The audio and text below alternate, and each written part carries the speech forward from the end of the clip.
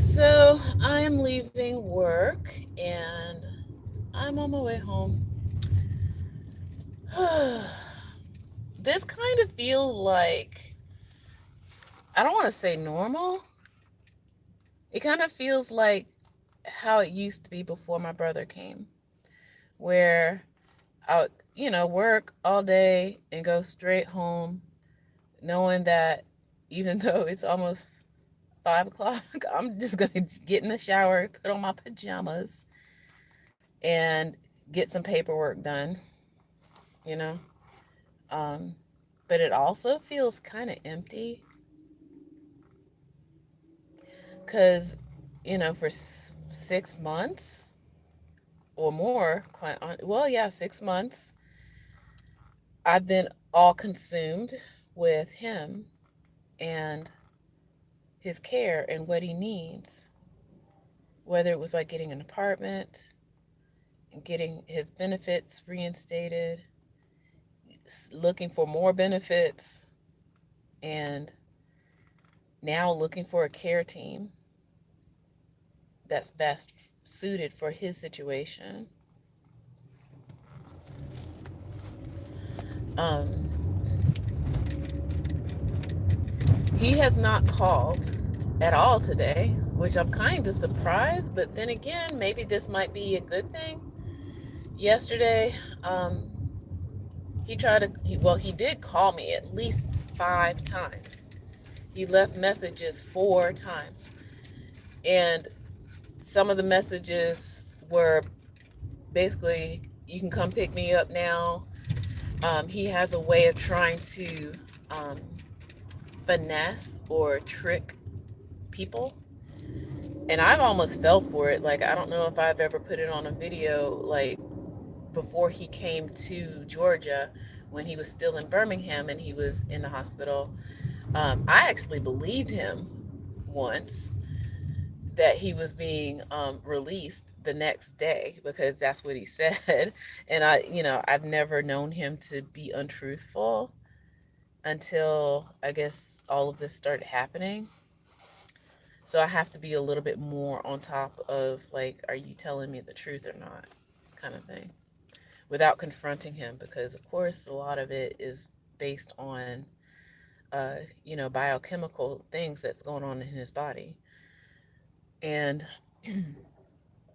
so yeah, so I'm kind of hoping that that's a good thing, that he's not trying to call to come back to be released, because I think I was mentioning that he's been trying to get hospitalized because and unfortunately he has not been um, trained. I'm just trying to find the best kind of wording for this. He has not learned how to say, this is what I need, versus, I don't feel okay in my body or not in my body. And I don't know if that's a generation.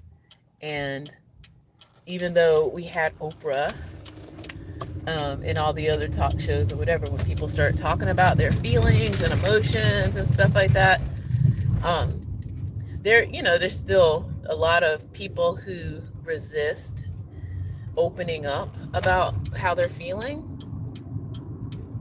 for whatever reason. And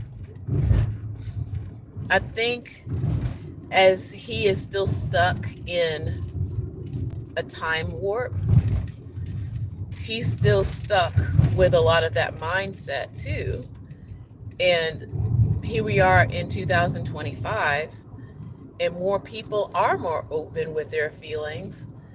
And he never learned, along with the rest of the culture and society, that it is okay to talk about your feelings now and talk about what might be happening with you.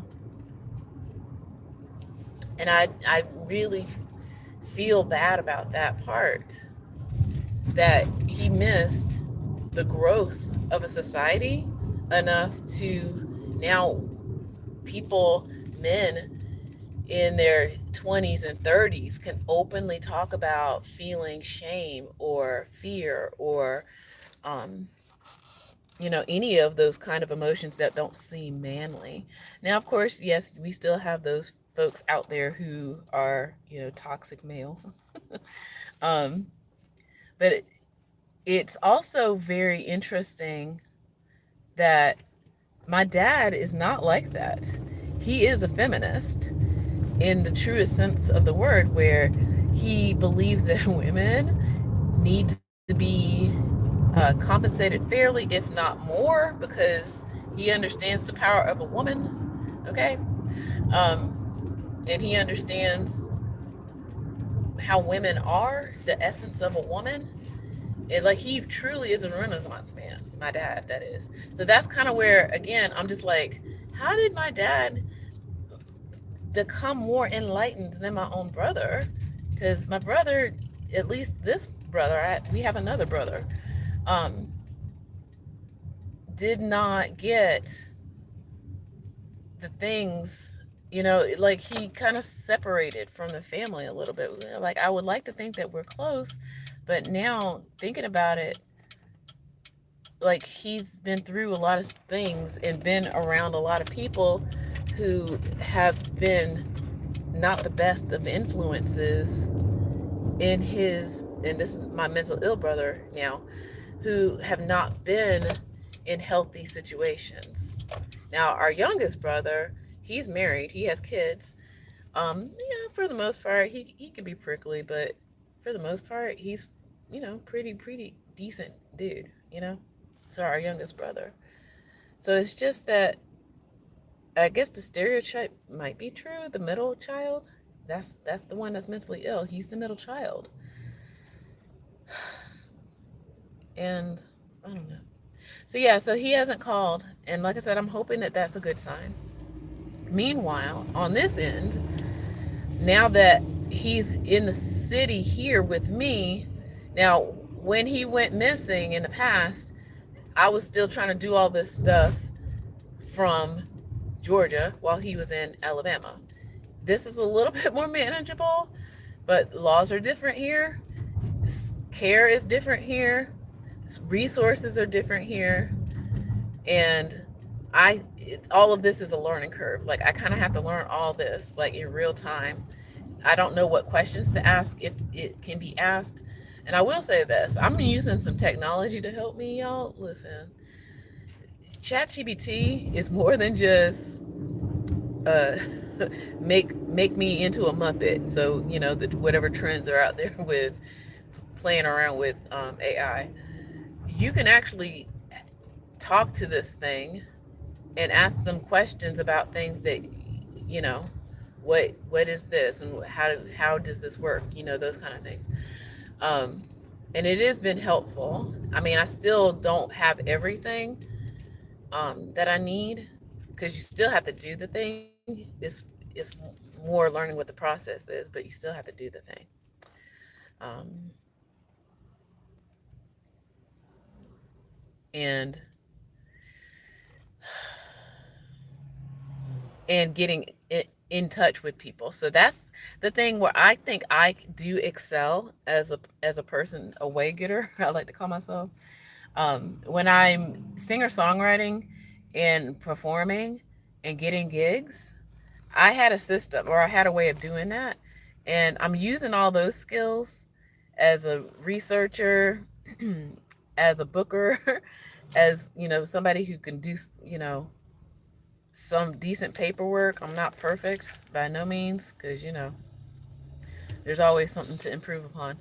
Um, and having a way of trying to talk to people and get information, right? And get things done. So right now, I'm trying to reach out to this hospital. So far, I haven't really reached anybody, but I've learned that I can talk to certain other people in the middle of the night. That's what I did last night, and I was asking some questions. I don't know. I don't know if I need to just develop a relationship with the person that works at night, the night auditors or whatever, because it's not maybe as busy at night. And if I ask certain questions, I can get certain information, start building relationships. So you see how that works. I know it's time consuming, but again, sometimes you have to think outside the box a little bit to get what you need. And sometimes what they say, rules written on paper, it's not as, it's worth as much as the paper or whatever, Um, so yeah, so my plan when I get home now is to do what I used to do, is, get in the shower, put on my pajamas, get out papers I'm grading, look up some stuff, things like that. We had a field trip today, so that's another reason why I would kind of want to just hurry up and bathe, because it's a high pollen day, and and having conversations with some kids. I was just having a conversation with somebody before I left the building, or actually a couple of conversations. So today was a day of reflecting a lot, and the morning kind of also started a little hectic for me, meaning like reflecting on Sunday and yesterday, and trying to understand why am I not feeling the way that most people would feel in these situations. And I think I've answered the question with one of the conversations I had just now, is that because I've been working through it. I've been journaling. This is a journal, y'all. Journaling through what's happening so that I can put it all in perspective in a better light, or in a more objective light, versus what am I going to do? I was like, no, do it. This is what's happening. If I were advising somebody who is your very best friend or whatever, that I can be my very best friend and I could be advising myself. And it's like, oh, okay, so this is what you do. And then you do it, So this is the newer challenge now, is to find ways to help my brother with resources.